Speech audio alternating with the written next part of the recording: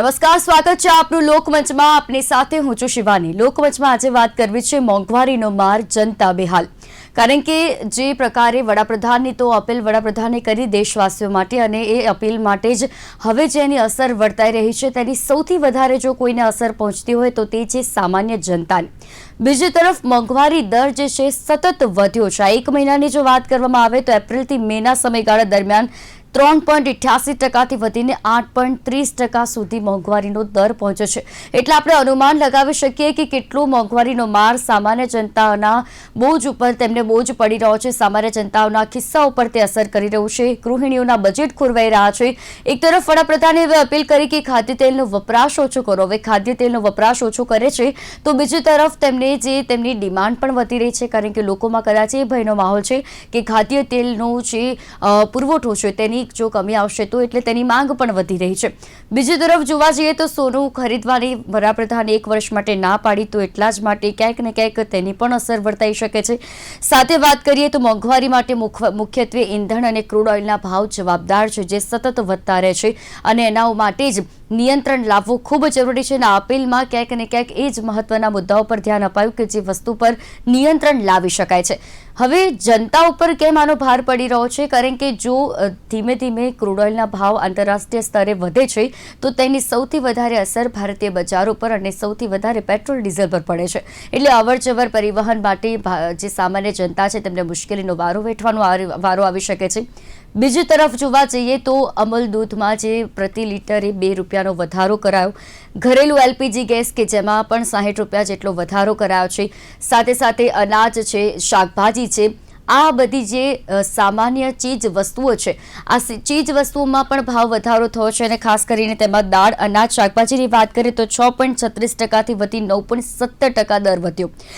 મેન્યુફેક્ચરિંગની વાત કરીએ તો 4.62% તેનો દર વધ્યો છે. અને રિટેલ મોંઘવારી એટલે કે સીપીઆઈની વાત કરીએ તો તે 3.48% જેટલી થઈ છે. એટલે જે આ ટકાવારી આપણે જોઈ રહ્યા છે, આ ટકાવારી એ મોંઘવારીનો માર કહી શકાય એ સામાન્ય જનતા ઉપર. એટલે કેવી રીતે તેને અંકુશમાં લાવી શકાય, શું અસરો વર્તાઈ રહી છે, ગૃહિણીઓનું બજેટ કેટલું ખોરવાઈ રહ્યું છે, અને સાથે આપણે રાજનીતિક રીતે પણ વાત કરીએ કે જે નીતિગત જે અપીલ કરાઈ છે, આ નીતિગત કેટલી તે અસરકારકતા તેની નીવડી રહી છે. આ તમામ વિશે વાત કરવા માટે આપણી સાથે જોડાઈ ચૂક્યા છે રાજુલ દવે કે જો વરિષ્ઠ પત્રકાર છે. રાજુલજી, સ્વાગત છે કાર્યક્રમમાં. સાથે ઋત્વી પટેલ, સામાજિક કાર્યકર્તા છે. ઋત્વીજી, આપનું હાર્દિક સ્વાગત છે. સીએ નીતિન પાઠક કે જેઓ આર્થિક વિશ્લેષક છે. નીતિનજી, આપનું હાર્દિક સ્વાગત છે.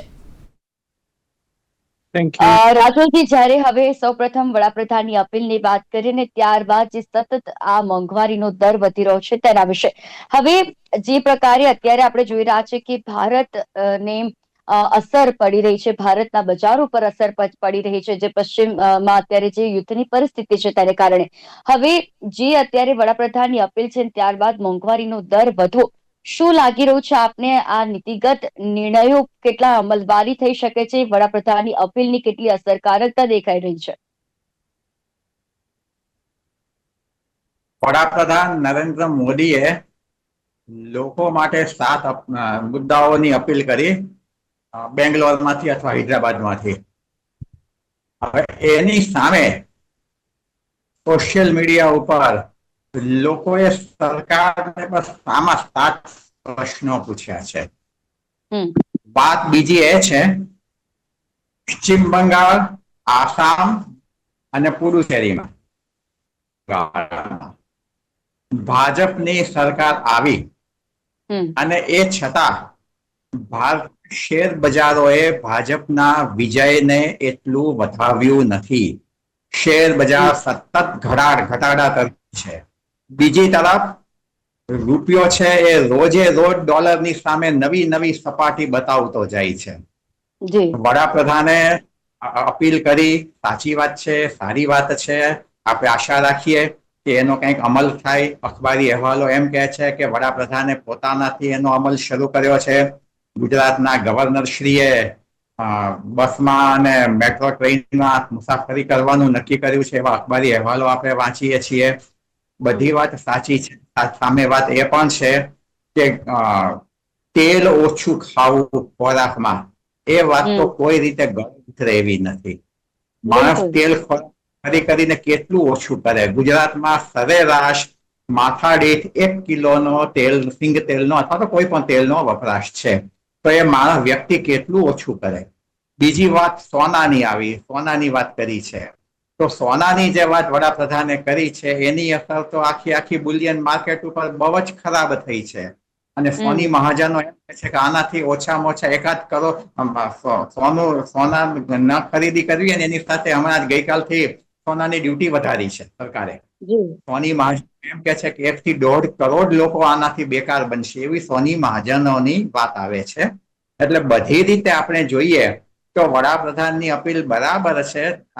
જે રીતે યુદ્ધે, મિડલ ઇસ્ટના યુદ્ધે જે રીતે આખો વળાંક લીધો છે, એને કારણે આખા વિશ્વ ઇકોનોમી હાલક ડોલક થઈ રહી છે. ભારત પણ એમાંથી બાકાત ન જ રહી શકે. પણ પ્રશ્ન એ છે કે આવડા મોટા દેશમાં રાજકીય ઈચ્છા શક્તિનો કેટલો મજબૂતાઈ જોઈએ, એવી મજબૂતાઈ રાજકીય નેતાગીરી દાખવી શકશે? પ્રજાને સલાહ સૂચનો આપવા બહુ જ સહેલા છે, કારણ કે સલાહ આપવી વધારે સહેલી છે, એનું અનુકરણ કરવું, એને અપનાવવી સૌથી વધારે અઘરું છે. એટલે આપણે જોઈએ વડાપ્રધાનની જે અપેક્ષા છે, વડાપ્રધાને જે આપણને લોકોને જે અપીલ કરી છે, એનો કેવો અભિપ્રાય, કેવો પ્રતિસાદ લોકો તરફથી મળે છે? એક વાત તો ચોખ્ખી દેખાય છે, જે રીતે ઇનડાયરેક્ટ વેમાં RBI ના ગવર્નર અથવા તો કેન્દ્રના પેટ્રોલિયમ મંત્રી મિસ્ટર પુરી ઇનડાયરેક્ટ વેમાં પેટ્રોલ ડીઝલના ભાવ વધશે એવી જે વાત કરી રહ્યા છે, એ પણ હવે કદાચ ટૂંક સમયમાં આવવા જોઈએ એવી શક્યતા નકારી ન શકાય. જે બિલકુલ. કોમર્શિયલ ગેસનું સિલિન્ડર 19 કિલોનો કોમર્શિયલ ગેસનો સિલિન્ડર 3,3100 રૂપિયા સુધી પહોંચ્યું. મેડમ, એને અનેક નાના લોકોની રોજી રોટી ઉપર બહુ જ ગંભીર અસર પહોંચી છે. બિલકુલ. અને રાજનીતિ જોવા જઈએ તો આ મોંઘવારીના દરની વચ્ચે કેટલાય લોકોએ પોતાનો જે રોજગાર છે તે બંધ કરવો પડી રહ્યો છે. કેટલાય પોતાના જે દુકાન, આ જ્વેલર્સની જ વાત કરવામાં આવે તો એક જગ્યાએથી એવા પણ અહેવાલો મળી રહ્યા છે, એવા પણ સમાચાર મળી રહ્યા છે કે કેટલાય જ્વેલર્સે સોના ચાંદીના વધતા ભાવ વચ્ચે પોતાની દુકાનો વેચવા કાઢી. એટલે આપણે કલ્પના કરી શકીએ કે કેટલો મોંઘવારીનો માર અત્યારે દરેક વ્યક્તિને પડી રહ્યો છે, દરેક વર્ગને પડી રહ્યો છે, અને દરેક સેક્ટરની વાત કરીએ, દરેક ક્ષેત્રોમાં તેની અસર વર્તાઈ રહી છે. પૃથ્વીજી, જ્યારે સરકારની અપીલની વાત કરવામાં આવે, મોંઘવારી દરની વાત કરવામાં આવે, ત્યારે સૌથી વધારે અસર સામાન્ય જનતા ઉપર પડી રહી છે. તો આ સરકારની અપીલ, મોંઘવારી જે કહી શકાય કે તેને ઘટાડવામાં અસરકારક વાસ્તવમાં કેટલી નીવડી રહી છે? સામાન્ય જનતા તરફથી શું કહેવામાં આવી રહ્યું છે? કેવી તેમની અસર તેમના ઉપર પડી રહી છે? હવે જી શિવાનીબેન, એટલે એક સાદી વાત સમજી લઈએ. સાહેબે પણ હમણાં કહ્યું કે આ પરિસ્થિતિ છે ને અત્યારે ખાલી આપણા ભારતની પરિસ્થિતિ નથી, વિશ્વના ઘણા દેશોમાં આ જ પરિસ્થિતિ જોવા મળે છે. અને આવા જયારે ક્રાઇસિસના સમય હોય કે કટોકટીના સમય હોય, બંને સાહેબો એ વાણિજ્યના અને ઇકોનોમીના નિષ્ણાંત છે, એટલે હું એ આંકડાઓ પર નહીં જઉં, પણ એક પ્રાથમિક શાળામાં ભણતા વિદ્યાર્થીને પણ સમજાય કે 85% દેશનું ક્રૂડ જ્યારે વિદેશમાંથી આયાત કરવું પડતું હોય, અને ક્રૂડ જ્યાંથી આવે છે એ જગ્યા જ્યારે ભડકે બળતી હોય, ત્યારે એની અસરો બધી જ જગ્યાએ જોવા મળે. એ સ્વાભાવિક છે, કારણ કે દેશનું મેઇન પાયાનું જે ટ્રાન્સપોર્ટેશન છે ને, એ બધી વસ્તુઓ, એનર્જી ના રિસોર્સિસ છે, બધું ઘણું બધું ક્રૂડ ઉપર ડિપેન્ડ કરે છે. ને આપણને બધાને, સામાન્ય માણસોને એટલું સમજાય છે. એટલે એક વાત તો સ્પષ્ટ છે કે અત્યારની આ પરિસ્થિતિ, સ્પેસિફિકલી ગલ્ફ વોરના કારણે જે પરિસ્થિતિ ઉદ્ભવી છે, મોંઘવારી પહેલા પણ વધતી હતી. આપણે એને આ ડિસ્કશનમાં અત્યારે હું નથી કરી રહી. ફક્ત ને માત્ર અત્યારે જે યુદ્ધની પરિસ્થિતિના કારણે જે નિર્માણ થયું છે એની વાત કરી રહી છું. એના પછીનો જે હાલ છે એ કોઈ આપણી સરકારે ઉભો નથી કર્યો કે કોઈ પક્ષના નેતાએ ઉભો નથી કર્યો. અને આ આપણે બહુ સામાન્ય નાગરિકો તરીકે આ સ્વીકારવાની અને સમજવાની વાત છે કે આ તમામ વિશ્વના દેશોમાં આ પરિસ્થિતિ મોટી ભાગની જગ્યાએ સર્જાઈ રહી છે. તો માત્ર ને માત્ર આપણે એક વ્યક્તિને આરોપ મૂકવાના કારણે કે એક સરકારને આરોપ મૂકવાના જગ્યાએ, જ્યારે દેશના વડાપ્રધાન, કોઈ પાર્ટીના રિપ્રેઝેન્ટેટિવ નહીં, કોઈ પાર્ટીના વડા નહીં, પણ આપણા દેશના વડાપ્રધાન જ્યારે 2 વાર જનતાની સામે આવીને કોઈ અપીલ કરતા હોય, તો એની ગંભીરતાને સમજવાની જરૂર છે. આપણે ભૂતકાળમાં અમુક વસ્તુઓની આપણે ઘણી બધી ફરિયાદો પણ કરી છે કે અચાનક રાતોરાત આવીને અમુક વસ્તુઓ લાદી દીધી, અમુક વસ્તુઓ કહી દીધી, ને એના પછી કેટલું બધું લોકોને મહામારી વેઠવી પડી હતી. તો અત્યારે જ્યારે આ સૂચન કરે છે કે અપીલ કરે છે, તો અપીલને હળવાશથી ના લઈએ.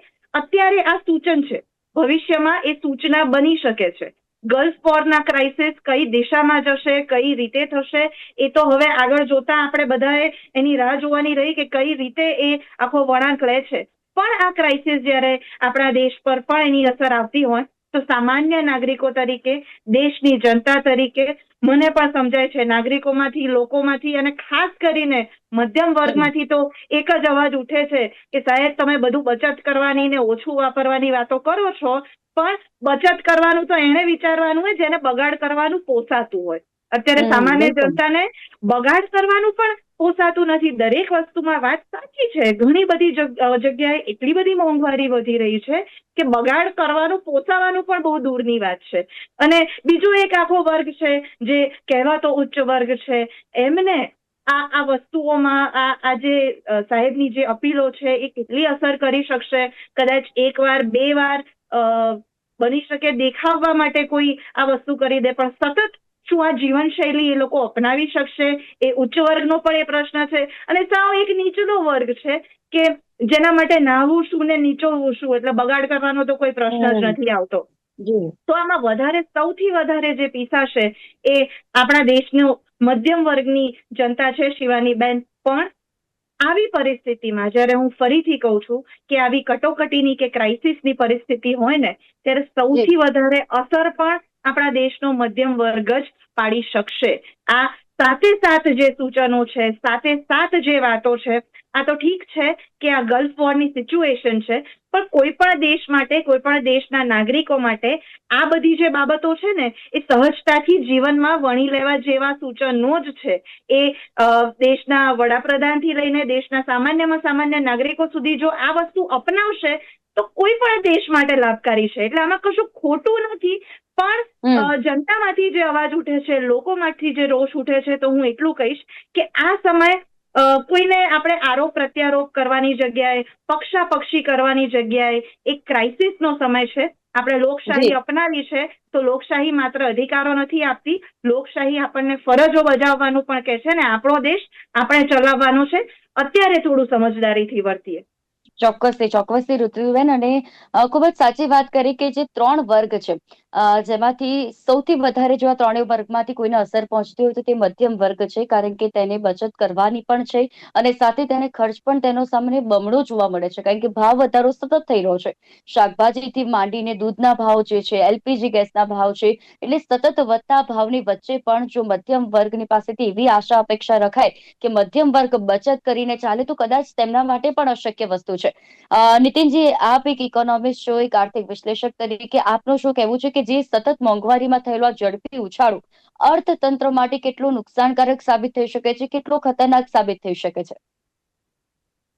એક તો ઋત્વિબેને જે વાત કરી, એમણે એક પેટ્રોટિક સ્પિરિટ જે ઉભો કર્યો છે દેશ માટે, એ ખરેખર જરૂરી છે.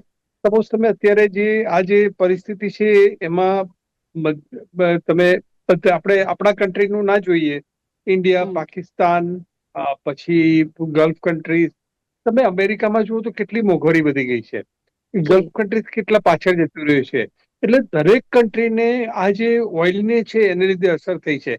એટલે તમે જુઓ તો હું એવી રીતના માનું છું કે ઋત્વિબેન અને દવે સાહેબે કીધું એ પ્રમાણે આપણો દેશ અત્યારે, હું એને ઓવરઓલ કન્ડિશનમાં જોઈએ તો અત્યારે આપણો દેશ એક ડેવલપિંગ કન્ટ્રીમાં છે.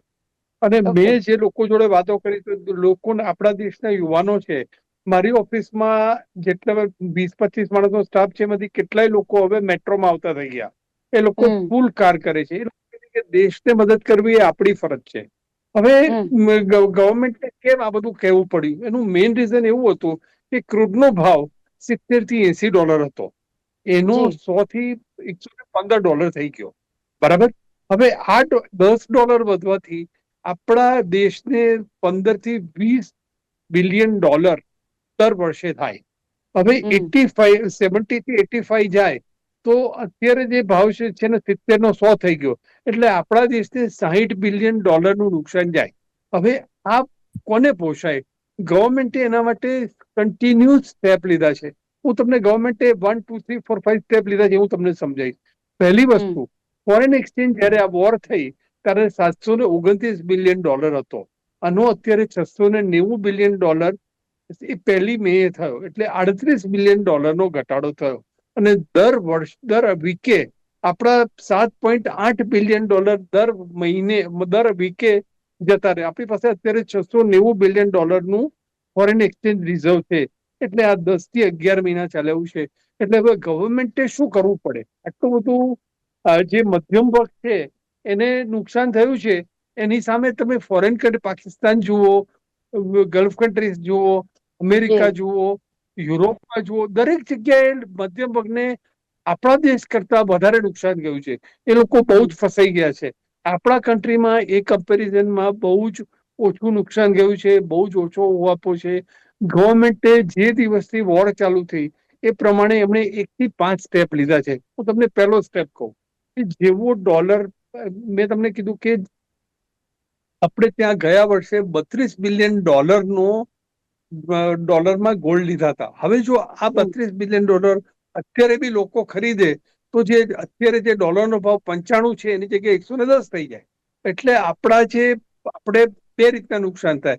એક તો ડોલર પેલું પેટ્રોલનો ભાવ વધે, ડોલરનો ભાવ વધે તો આપણા દેશને કેટલું નુકસાન થાય. ઇવન દરેક નાગરિકે એમ વિચારવું જોઈએ કે હું 1 વર્ષ સુધી સોનું નહીં ખરીદું. સોનું નહીં ખરીદવાના 2 ફાયદા છે અત્યારે. કારણ કે અત્યારે જે ડોલરનો ભાવ છે, અત્યારે જે 95 છે એ સીધો 85 કે 80 થઈ જશે. આ બધું વોર પતી જશે એટલે તમે જો અત્યારે ગોલ્ડ ખરીદશો તો 15% નુકસાન તમને એમને એમ જ થવાનું છે ડોલરના ભાવે. એટલે લોકોએ આમ પણ ડોલર ના ખરીદવું, ગોલ્ડ ના ખરીદવું. ગવર્મેન્ટે કીધું કે અત્યારે તમે ફોરેન ટ્રાવેલ ના કરો, ઇમ્પોર્ટ ઓછું કરો. એ આપણા દેશ માટે જરૂરી છે. પછી બીજો સ્ટેપ, પહેલા ગવર્મેન્ટે શું સ્ટેપ લીધું કે પહેલું સ્ટેપ, જે દિવસથી વોર ચાલુ થઈ એ દિવસથી ડોલરને મેનેજ કરવાનું કામ એ લોકો અઠવાડિયે ઘણા દરેક મહિનાથી કરતા આવ્યા. પછી એમણે આપણી પાસે જેમ બેંક બેલેન્સ હોય ને કેવી રીતે વાપરવું એવું દેશનું હોય. એટલે દેશમાં જેટલી ઇમ્પોર્ટ થતી હતી એ લોકોને કીધું કે હમણાં ઇમ્પોર્ટ ઓછું કરો, અને સ્પેક્યુલેટિવ ઇમ્પોર્ટમાં કરવાને માટે જે ડોલરનું હતું એ લોકોએ ના પડી. એટલે ડોલરનો જે પેલું સ્પેક્યુલેટિવ ટ્રાન્ઝેક્શન હતું એ રોક્યું. જે લોકો એક્સપોર્ટ કરતા હતા એમને કીધું તરત પૈસા લઈ આવો. કોઈ પણ બેંકે એમના રિઝર્વ નહીં રાખવાનું, ફોરવર્ડ એક્સચેન્જ ટ્રાન્ઝેક્શન નહીં કરવા દેવાનું. એક્સપોર્ટ ઇમ્પોર્ટનું મેનેજમેન્ટ પણ ગવર્મેન્ટ કરતી હતી. હવે ચોથું સ્ટેપ શું આવ્યું? ગવર્મેન્ટને ખબર પડી કે હવે મારે 10-11 મહિના સુધી જ આ ફોરેન એક્સચેન્જ આપણું બેંક બેલેન્સ રહેશે, આપણે ડોલર. એટલે લોકોને કીધું કે તમે અત્યારે પેટ્રોલ ઓછું વાપરો, ગોલ્ડ ના ખરીદો, ફોરેન ટ્રાવેલ ના કરો, ઇમ્પોર્ટ ઓછું કરો. આ બધું એટલે નીતિનજી, એમ કહેવાય કે ગવર્મેન્ટ જ્યારથી આ યુદ્ધની પરિસ્થિતિ મિડલ ઇસ્ટમાં જે પણ તણાવ વધી રહ્યો છે અને તેની વચ્ચે જ્યારથી યુદ્ધની શરૂઆત થઈ ત્યારથી જ ગવર્મેન્ટ દ્વારા ઇકોનોમિકલી જોવા જઈએ તો એવા સ્ટેપ અનુસાર જ ચાલતી આવી છે આપણી ગવર્મેન્ટ, કે જેને કારણે ભારત સરકાર એવું આયોજન કરી રહી છે કે સામાન્ય જનતાને એવો કોઈ મોંઘવારી વેઠવાનો વારો ના આવે, કોઈ પણ એવો બોજ ના પડે. પરંતુ નાની અમથી વસ્તુ પણ સામાન્ય જનતાને અસર કરતી હોય છે. જેમ શાકભાજીનો ભાવ પણ લઈએ તો તેનો વધતો ભાવ પણ જો કોઈને સૌથી વધારે અસર કરે છે તો તે સામાન્ય જનતા છે. દૂધનો ભાવ જો ₹2 પ્રતિ લીટરે વધે છે તો તેને કોઈ અસર કરે છે તો તે છે સામાન્ય જનતા. એટલે નાની અમથી વસ્તુના વધતા ભાવ પણ સામાન્ય જનતાને અસર કરી રહી છે. સરકાર તરફથી ભલે એવો પ્રયત્ન કરાઈ રહ્યો છે કે બધું સ્ટેબલ થાય અને થઈ પણ જશે, પરંતુ આ બધાની વચ્ચે પીસાતું હોય તો તે મધ્યમ વર્ગ છે. રાજુલજી, સમયનો અભાવ છે, પરંતુ સરકારની આ અપીલ અને વધતો મોંઘવારી દર નીતિગત રીતે તમે કેવી રીતે જુઓ છો? સરકારની અપીલ અને મોંઘવારીનો દર એ બંને હું માનું છું કે પરસ્પર સામસામી દિશામાં ચાલે છે. મોંઘવારી ઘણો બધો વધ્યો છે. મેં ચર્ચાની શરૂઆતમાં જ કહ્યું એમ ઘણી બધી જગ્યાએ કોમર્શિયલ ગેસના ભાવ વધવાથી અનેક નાના જે વેપારીઓ છે એની ઉપર મુશ્કેલી ઊભી થઈ છે. તમે જેમ કહ્યું એમ ગઈકાલે જ રાજકોટના એક રોડ ઉપરથી હું પસાર થતો હતો અને મેં જોયું તો 5 કે 6 દુકાનોમાં આ દુકાન ભાડે આપવી છે અથવા વેચવાની છે એવા બોર્ડ લગાવેલા હતા. આ બધી સ્થિતિ આપણે જોઈએ તો મોંઘવારીનો દર વધી રહ્યો છે. સરકાર કઈ રીતે એને ટેકલ કરશે એ હવે પ્રશ્ન છે. આશા રાખીએ કે આ યુદ્ધનો અંત ટ્રમ્પ કાકા વહેલી તકે લાવે.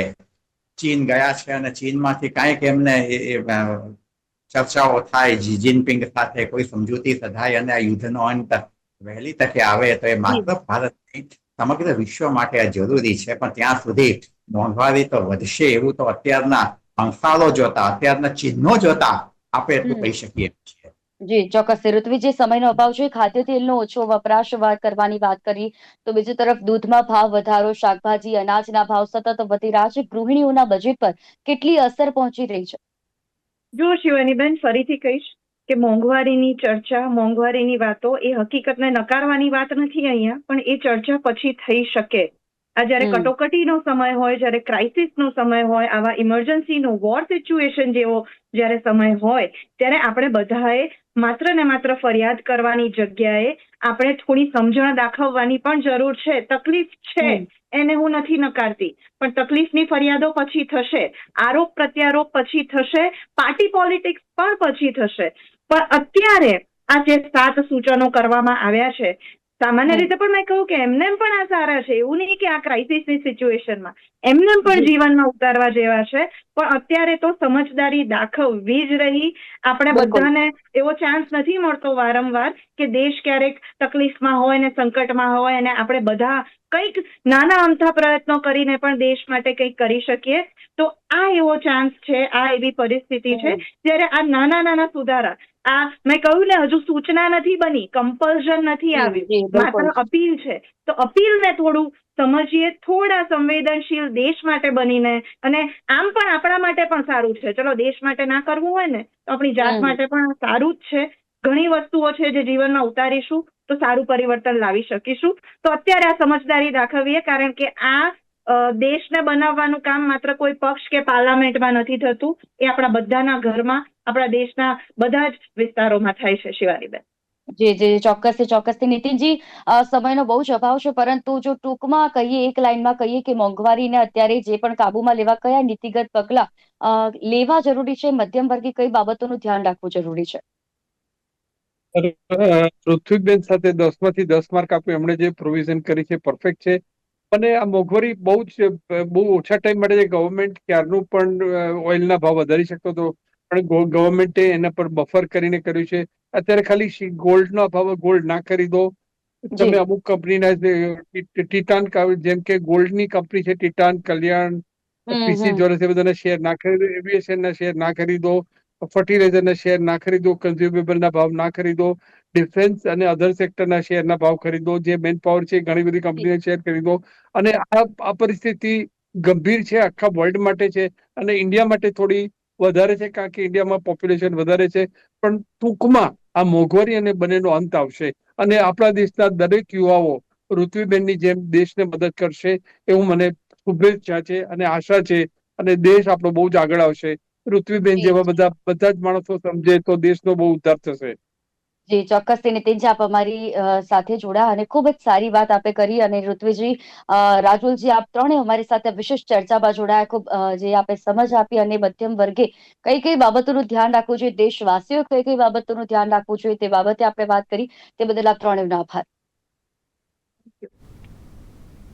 તો લોકમંચના કાર્યક્રમમાં આપણે વાત મોંઘવારીના મારની કરી, જનતાના બહાલ, તેને કારણે શું બેહાલ થઈ રહ્યા છે તેના વિશે વાત કરી. પરંતુ આ બધાની વચ્ચે જો જે પણ વિશ્લેષકો દ્વારા પણ એ જ મહત્વની વાત કહેવામાં આવી છે કે લોકોએ પણ જે સલાહ છે સરકારની તે અનુસરવી જરૂરી છે. કેટલી જગ્યા પર તો વર્ક ફ્રોમ હોમ કરી દેવાયું છે, કેટલી જગ્યાએ લોકો હવે જે જાહેર પરિવહન છે તેનો ઉપયોગ કરી રહ્યા છે. એટલે કે આપણે જેટલો સાથ સહકાર સરકારને આપીશું તેટલું જ આપણો દેશ જે છે મજબૂતાઈથી ઊભો રહેશે. અને બધાની વચ્ચે જે પણ મોંઘવારી દર વધી રહ્યો છે, પરંતુ સંગ્રહખોરી આપણે ઘટાડવી પડશે. દરેક વસ્તુ આપણને સમય અનુસાર મળવાની છે. કોઈ પણ વસ્તુના ભાવ વધવાના છે તે ડરમાં આપણે જો સંગ્રહખોરી કરીશું તો મોંઘવારીનો માર હજુ પણ વેઠવાનો વારો આવી શકે છે. માટે સરકાર જે પ્રમાણે સૂચનાઓ આપે છે તેનું પાલન દરેક નાગરિકે જવાબદારીપૂર્વક કરવું જરૂરી છે. લોકમંચના કાર્યક્રમમાં હાલ બસ આટલું જ. ફરી મળીશું નવા વિષયની સાથે. ત્યાં સુધી મને રજા આપશો. નમસ્કાર.